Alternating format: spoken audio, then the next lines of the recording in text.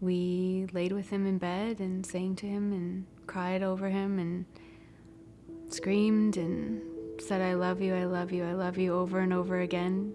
And we held him in our arms as he passed away at only 2 weeks old. I talk a lot about the snow globe of reality and that the whole world is glued down. Your house looks the same. Your bed looks the same. Your vehicle is the same, but nothing feels the same. Even my bed felt foreign to me. It was like the whole world was a snow globe and I was just tossing and turning through it. And I couldn't glue myself down. Everything else was glued down, but I couldn't get glued down. I think when you get delivered this horrible, unbelievable news, whether it's a terminal diagnosis during pregnancy, or finding out that you've miscarried and lost your child, or later in life, the devastating news that your child has passed, I think part of it is we all feel invincible and like these things can't happen to us. I was so sad I didn't even know how to start expressing my grief. I would just sit in silence or cry. I remember feeling like I was the only person who knew what this was like. I remember wondering, is there anybody out here or out there who knows what I'm feeling? Carry You With Me storybook came from journals and letters that I wrote to Marshall. I created the online Carry You With Me community to connect with other parents and support each other through this loss. I created the storybook and the meaningful mementos to try to have these tangible items that we could use to carry their memory with us and remind us of us in our day-to-day lives.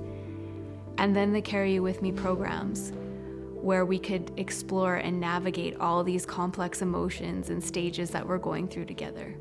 I wanted it for some of the families that I knew out there that had been through loss and I had met over the years. But as it started to spread and its reach started to grow, stories started coming back to me, and I almost couldn't believe what I was hearing.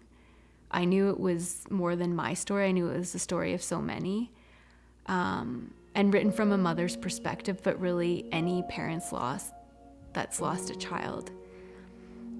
I think it's important because it helps us talk about it, and it helps us feel safe. I think for myself in the beginning and lots of people that I've talked to over the years, you almost feel a little afraid or judged to live your life and say their name and incorporate them into your family and into your stories. And the book really goes against that. It's talking about the second half of it is all about the ways that we do carry them with us, whether we look for them in sunsets or the butterfly flying around. We're exploring face-to-face workshops now where we take some of the big themes from the book and we talk about them, or we self-reflect on them in writing exercises, and developing a program to act as a bit of a roadmap for people, if you will.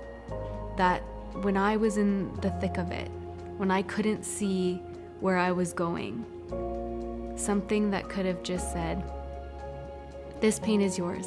I can't take it from you. But what if I could share a little bit about what's coming or what you might be experiencing?